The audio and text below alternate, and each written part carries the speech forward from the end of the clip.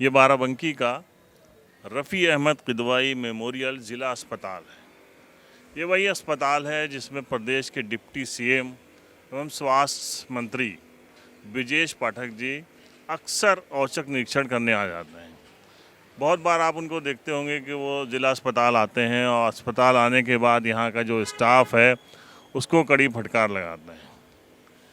सरकार कब से है, वो डिप्टी सीएम कब से हैं, स्वास्थ्य विभाग वो कब से देख रहे हैं, सब आपको बेहतर पता है। लेकिन इसकी कहानी हम आपको बताते हैं। ये तो ट्रॉमा सेंटर है बाराबंकी का। ट्रॉमा सेंटर में हमेशा क्रिटिकल पेशेंट आते हैं, आप अच्छी तरीके से जानते हैं। लेकिन कोई भी ट्रॉमा सेंटर जो होता है वो रन होता है स्पेशलिस्ट डॉक्टर से। अब स्पेशलिस्ट डॉक्टर यहाँ रहते नहीं हैं, ईएमओ बैठते हैं और ईएमओ जो है वो ज़्यादा से ज़्यादा रेफ़र कर सकते हैं, क्योंकि अगर उनको किसी को कार्डियक दिक्कत हुई, प्रॉब्लम हो रही है, कार्डियक अरेस्ट आया है, तो उसके लिए उनको कार्डियोलॉजिस्ट बुलाना पड़ेगा ऑन कॉल। ये बाराबंकी का हृदय रोग विभाग है जो ट्रॉमा सेंटर से मिला हुआ है। हम आपको दिखा सकते हैं, आप देख सकते हैं। और इस ट्रॉमा सेंटर में जो यहाँ पे बड़े बड़े डॉक्टर्स हैं बाराबंकी में, जिसमें डीआर सिंह एक बहुत बड़ा नाम है, लखनऊ का भी एक बहुत बड़ा नाम था डॉक्टर डीआर सिंह, आप उनको जानते हैं। उसके बाद AK श्रीवास्तव और जो आखिरी डॉक्टर थे डॉक्टर संजीव वर्मा, वो भी यहाँ पे थे। और बड़े पेशेंट 200-300 पेशेंट वो डेली देखते थे यहाँ पर।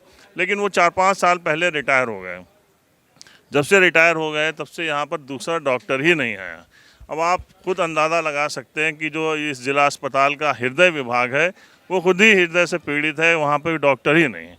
और जब डॉक्टर नहीं होगा तो ट्रॉमा सेंटर में मौजूद जो ईएमओ होंगे वो किसको दिखाएंगे? सीधा बात है कि वो रेफ़र कर देंगे। अब रेफ़र करने में टाइम लगेगा तो बवाल होगा, रेफ़र नहीं करेंगे तो बवाल होगा, पेशेंट मर जाएगा तो बवाल होगा। इसको लेकर बहुत बार बवाल होते रहते हैं। ब्रिजेश पाठक जी लगातार बाराबंकी का निरीक्षण करते रहते हैं, लेकिन स्टाफ नहीं दे पा रहे हैं। क्यों नहीं दे पा रहे हैं?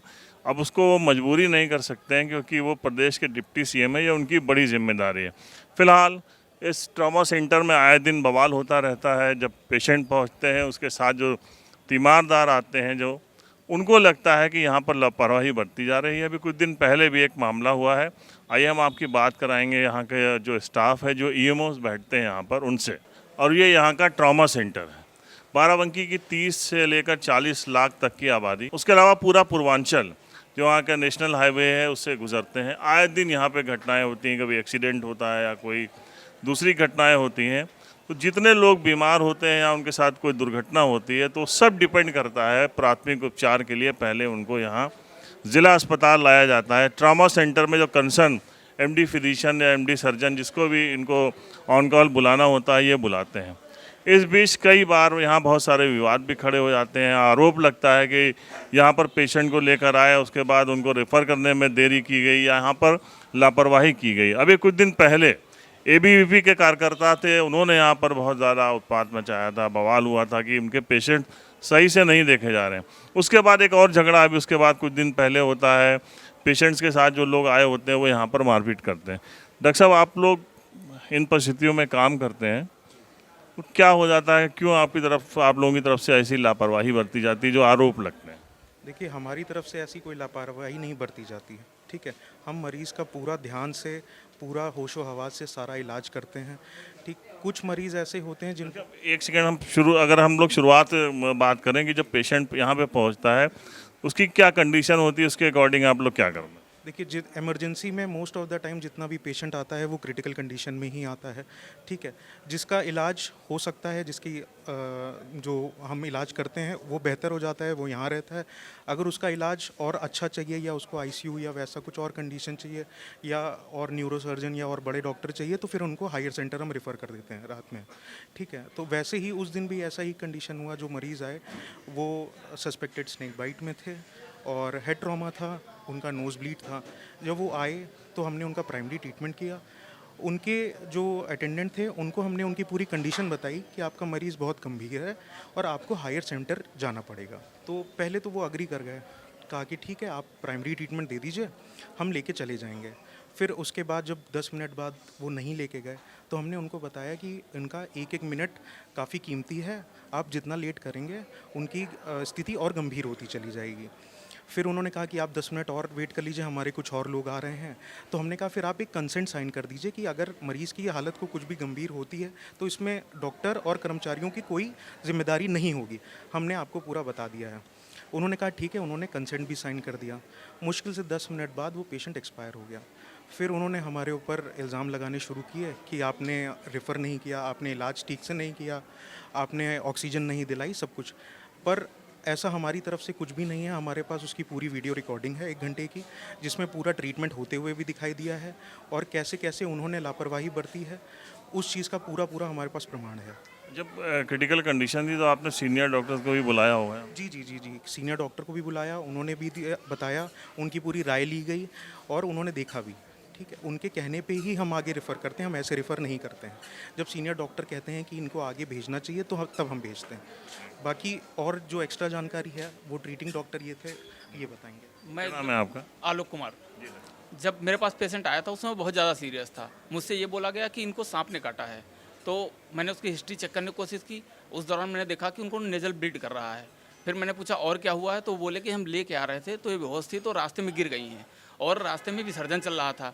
जबकि उस दिन इतना विसर्जन नहीं था, क्योंकि विसर्जन 2 तारीख का था और 1 तारीख की घटना थी। तो बोले कि विसर्जन में हमें 1 घंटा वहाँ लगा है।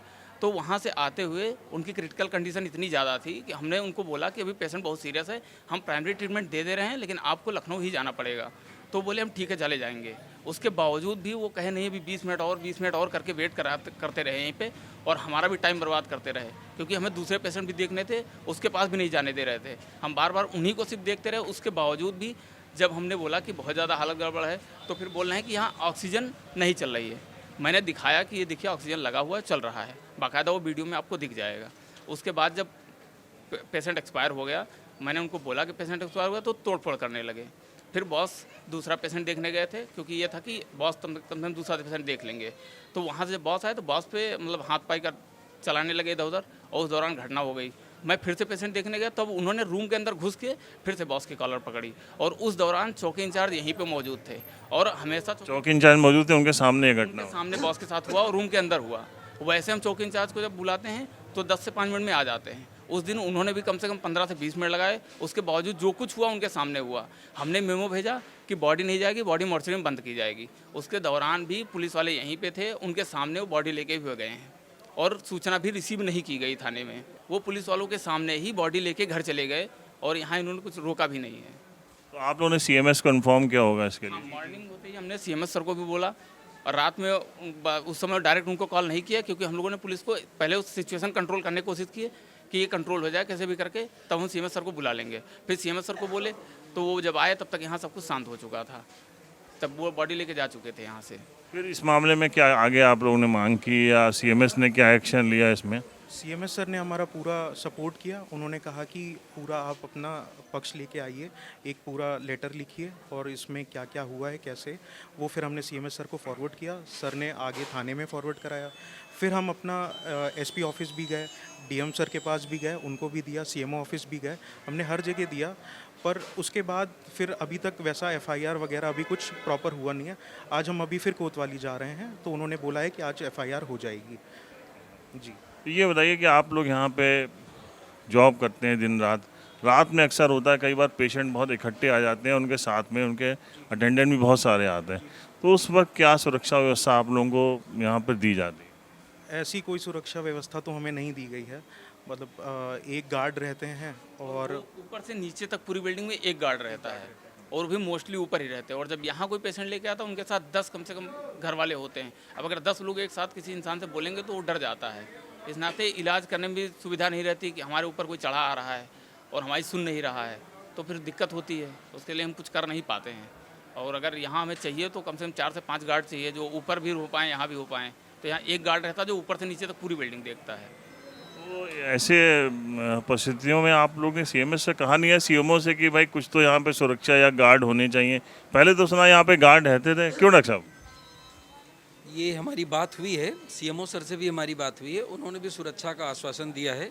और ये हुआ है कि हाँ, अब आगे से गार्ड की व्यवस्था की जाए यहाँ पर, ताकि ये जो आए दिन घटनाएं होती रहती हैं हम लोगों के साथ, इनका जो है दोबारा से वो ना हो पाए कि फिर से इस तरह की घटना देखने को मिले। क्योंकि एक तो पेशेंट देखना, उसके बाद जब ये झगड़े हो जाते हैं उस बीच में आपके और दूसरे पेशेंट्स के साथ भी बहुत दिक्कत। पेशेंटों का उसमें बहुत ज़्यादा नुकसान होता है। कई बार उनकी कंडीशन हम नहीं देख पाते हैं या उनके साथ सीरियस होते हैं, तो फिर उनको जो टाइम मिलना चाहिए वो भी नहीं मिलता है। इस नाते उनको भी समस्या होती है, इस चीज़ को भी समझना होगा। अच्छा, कई बार ऐसा होता है कि मतलब पेशेंट को लगता है कि उसके पेशेंट के साथ वालों को लगता है कि पेशेंट के साथ सही टाइम पे उनको नहीं देखा गया। क्या इस तरीके की कुछ स्थिति बनी थी क्या? यहाँ पे लिमिटेड सुविधाएं हैं, हम उसी के अंदर रह के इलाज करते हैं। अब अगर उससे ज़्यादा सुविधा किसी को चाहिए तो उससे इससे बड़े सेंटर पे जाना पड़ेगा। तो हमारे पास जितना यहाँ पे सुविधा उतनी देते हैं। इंसान को वो हर किसी को लगता है कि हमें प्रॉपर चीज़ें नहीं मिली हैं, लेकिन जितना है हम उतना ही कर सकते हैं किसी के साथ। यहाँ पे आप जैसे ऑन कॉल बुलाते हैं तो सीनियर डॉक्टर को कितना वक्त लगता है आने में? वो अगर जो भी ऑन कॉल में मुश्किल से 10-5 मिनट में आ जाते हैं अगर सीरियस पेशेंट रहता है। होते हैं हॉस्पिटल के ही उसमें। आसपास पीछे रेसिडेंस है, वो रेसिडेंस में अपने रहते हैं और जैसे कॉल होता है वो 5 से 7 मिनट के अंदर वो आ जाते हैं। अच्छा, कई बार पिछली बार जब एबीवीपी वाला वो मामला हुआ था तो कहा था कि स्ट्रेचर यहाँ पे नहीं है या इंजेक्शन सही टाइम पे नहीं दिया जा रहा, ऐसा क्या? नहीं, ऐसा कुछ नहीं था। सारा इलाज समय पे हुआ और स्ट्रेचर भी था, सब कुछ था। अब उनका भीड़ इतनी मात्रा में था, जो हमारे पास पहले से भी मरीज़ थे, फिर वो आ गए तो उनको भी जितना हो सके हमने उतना मुहैया कराया। बाकी जो हो सकता था ऐसा कोई हमारी तरफ से वो नहीं था कि हमने उनको नहीं करवाया। टाइम पे उनको सारा ट्रीटमेंट मिला है, सब कुछ किया है हमने। अरे ऐसा कुछ होता तो ये सीसीटीवी कैमरे में तो सारी आपके पास सब कुछ रिकॉर्डिंग में है। आप जो चाहे आपको उस समय मिल जाएगा, सारा कुछ मिलेगा। आप लोग क्या चाह रहे हैं, इसमें क्या कार्रवाई होनी चाहिए?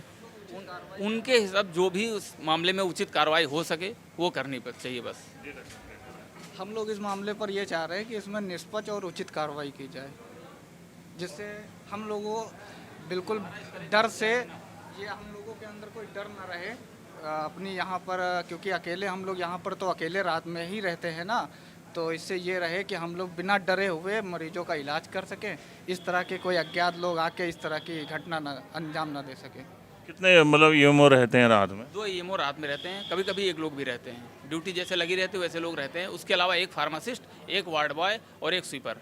यहाँ के टोटल 5 स्टाफ नाइट का होता है। इतने में पूरे जितने भी नंबर ऑफ पेशेंट आ जाएंगे आपको सबको इतने स्टाफ ने नहीं देखेगा। उसके अलावा कुछ डिफार्मा के इंटर्न जो रहते हैं वही इंजेक्शन लगाने वगैरह में हेल्प करते हैं, बस इसके अलावा कोई भी नहीं रहता यहाँ। देखिए सभी लोग जो है सोशल मीडिया पे अक्सर देखते ही रहते होंगे कि 15-20 दिन में 1-2 कांड ऐसा हो ही जाता है कि मरीज ने डॉक्टर के ऊपर हमला कर दिया, जानलेवा हमला। कभी जो है यहीं के रखे हुए हथियारों से, कभी अपने डंडे ला करके मिल करके कुछ ना कुछ हमेशा 10-15 दिन में वीडियो आता ही रहता है। इसके बावजूद भी अगर इतने वीडियो आने के बाद भी अगर हमारी गवर्नमेंट हम लोग को सिक्योरिटी नहीं प्रोवाइड करा पा रही है तो इससे बड़ी बात और क्या हो सकती है। अभी आप क्या रहते कोई घटना हुई कहीं पे ऐसी? हमारे रहते घटना हुई। होता क्या है, इमरजेंसी में जब भी कोई पेशेंट सीरियस आता है उसके साथ 7-8 अटेंडेंट आते हैं। तो जब इमरजेंसी में कोई पेशेंट आता है, उसका पेशेंट क्रिटिकल होता है, उसको लगता है कि हमारे पेशेंट को सबसे पहले देखा जाए, लेकिन ये उसके लिए सिर्फ एक पेशेंट है। हमारे लिए सारे पेशेंट क्रिटिकल आते हैं। रात में 12 घंटे की ड्यूटी में 100 से अधिक पेशेंट आते हैं। तो आप सोचिए पूरी रात कैसे देखा जाता है। तो इसमें कैसे ऐसा मुमकिन है कि कोई पेशेंट आए और हम उसको तुरंत सारे पे काम छोड़ करके अटेंड कर लें। तो कभी कदार ऐसा होता है कि मैं दूसरा पेशेंट देख रहा हूँ, बीपी ले रहा हूँ, अब दूसरा पेशेंट आता है, डॉक्टर साहब इनको छोड़िए पहले हमको देखिए। तो हम वो भी करते हैं, देखते हैं ना कि ज़्यादा जरूरी कौन सा है, उसके हिसाब ये आपको बेहतर पता होता है। हाँ, तो वो ऐसा करना पड़ता है। फिर ये जो दूसरा पेशेंट होता है ये गुस्सा जाता है कि आप हमको ऐसा छोड़ दिए। तो ऐसा करके ऐसी चीज़ें होती रहती हैं। तो समझाने के लिए अगर हम जो है जाते हैं तो पेशेंट गुस्सा हो जाता है। उसका 6-7 अटेंडेंट होते हैं, कोई ना कोई एक भड़क जाता है, सुनाने लग जाता है। फिर हमें सुन करके, क्योंकि हमें और भी पेशेंट देखने हैं, भाई हम झगड़ा नहीं कर सकते ना। अगर हम झगड़ा करेंगे तो अगले पेशेंट की जान चली जाएगी। और इस हॉस्पिटल पे लोड भी बहुत है। काफ़ी लोड है। मैंने जैसे कि आपको बताया कि सुबह की जो है 6 से 7 घंटे में 60 से 70 पेशेंट हो जाते हैं। नाइट के 12 आवर में 100 की गिनती पार हो जाती है। और इसमें से 70% सिर्फ इमरजेंसी वाले आते हैं और रिफर्ड आते हैं, जिनको प्राइमरी ट्रीटमेंट भी मिल चुका होता है, उसके बाद भी वो क्रिटिकल हालत में होते हैं। अच्छा, कई बार आरोप लगता है, अखबारों में भी निकलता है कि ये एक रेफरल सेंटर बन गया है, ऐसा क्यों कहा जाता है? रेफरल सेंटर नहीं बन गया है। जैसे अगर पेशेंट आया, उसको प्राइमरी ट्रीटमेंट हम देते हैं, प्राइमरी ट्रीटमेंट हमने दिया, उसके बाद में हमें यहाँ पे न्यूरोलॉजिस्ट चाहिए, अन्य चीज़ें चाहिए, अन्य मशीनरी चाहिए, उतनी चीज़ें हमारे पास उपलब्ध नहीं है। हम अपने कंसल्ट को दिखाते हैं, हमारे कंसल्टेंट बोलते हैं कि भाई इनका हमने प्राइमरी ट्रीटमेंट सारा कर दिया है, अब इसके बाद में जो चीज़ें यहाँ नहीं हो सकती उसकी वजह से हमको इनको आगे भेजना पड़ता है। अगर यहाँ पे उपलब्ध हो जाए तो हम सब यहाँ कराएंगे, हमें भी अच्छा होगा, हम सब भी अन्य चीज़ें सीखने का मौका पाएंगे। अभी सुरक्षा के लिए क्या चाहते हैं आप यहाँ पे? सुरक्षा के लिए तो सबसे पहले तो गार्ड बढ़ाया जाए, स्टाफ बढ़ाया जाए, ये दोनों चीज़ों की सख्त ज़रूरत है। अच्छा, इनके साथ भी सुविधाएं जो दी जाएंगी, जैसे अब कोई पेशेंट इनके पास आता है रात में और उसको कोई कार्डियक अरेस्ट वगैरह आया है, इस टाइप की अगर दिक्कत है तो उसको रेफ़र करना इनकी मजबूरी है, क्योंकि यहाँ कोई भी कार्डियोलॉजिस्ट आपके हॉस्पिटल में नहीं है। कार्डियोलॉजिस्ट नहीं है तो हम उसे प्राइमरी ट्रीटमेंट के तौर पर लोडिंग डोज ज़्यादा से ज़्यादा दे सकते हैं, उसके बाद तो हमें रेफर ही करना पड़ता है, इससे हम कुछ कर नहीं सकते यहाँ पे। तो ऐसी बहुत सारी दिक्कतें भी इनके साथ हैं, स्टाफ की भी कमी है। ये जिम्मेदारी सीएमएस की बनती है और सीएमएस मांग करेंगे, जो है वो शासन से मांग करते हैं। वहाँ से अगर इनको इस ट्रॉमा सेंटर को चलाना है, प्रॉपर तरीके से चलाना है, तो उसके अलावा एक अच्छा इनको ज़्यादा स्टाफ भी देना पड़ेगा। इनकी सुरक्षा बहुत बड़ा सवाल है। रात में ये लोग ड्यूटी करते हैं और उस वक्त इस तरीके के घटनाएं कई बार हो जाती हैं, क्योंकि पेशेंट के जो साथ वाले होते हैं उनका भी एक इमोशन उनसे जुड़ा होता है, उनको लगता है कि उतना प्रॉपर ट्रीटमेंट नहीं किया गया। इन सब के बीच में इनकी जो मजबूरियां हैं, उन मजबूरियों के साथ ये काम कर रहे हैं, लेकिन सुरक्षा इनके लिए बहुत अहम सवाल है और इस पर नज़र रखनी होगी। हमारे ज़िला प्रशासन को, जो बाराबंकी के डीएम हैं, उनकी भी जिम्मेदारी है कि इनको सुरक्षा उपलब्ध कराई जाए। एसपी बाराबंकी हैं, उनकी भी जिम्मेदारी है। यहाँ पे कम से कम 1-2 सिपाही प्रॉपर तौर पे होने चाहिए और जो चौकी इंचार्ज थे उन्होंने भी अपनी जिम्मेदारी उस तरीके से नहीं निभाई थी। जी, उनके रहते हुए और भी लोगों के रहते हुए अटेंडेंट की इतनी हिम्मत हो जाती है कि वो पुलिस के रहते हुए वो हमारे डॉक्टर रूम में आके हम लोग के साथ बदतमीज़ी करते हैं, फाइल और जो भी चीज़ें हैं उसको तहस नहस करने की कोशिश करते हैं। तो ये सही चीज़ नहीं है। फिर अगर उनके रहते हुए हमें सुरक्षा नहीं मिलेगी तो फिर हम किसके पास जाएंगे? तो ऐसे ज़िला अस्पताल की बहुत सारी अलग बातें, अलग कमियां हैं, वो अलग इशू है। लेकिन फ़िलहाल ये सुरक्षा का इशू था, बड़ा इशू था, जिस पे हमने आपसे बात की। द पॉलीग्राफ के लिए परवेज़ है।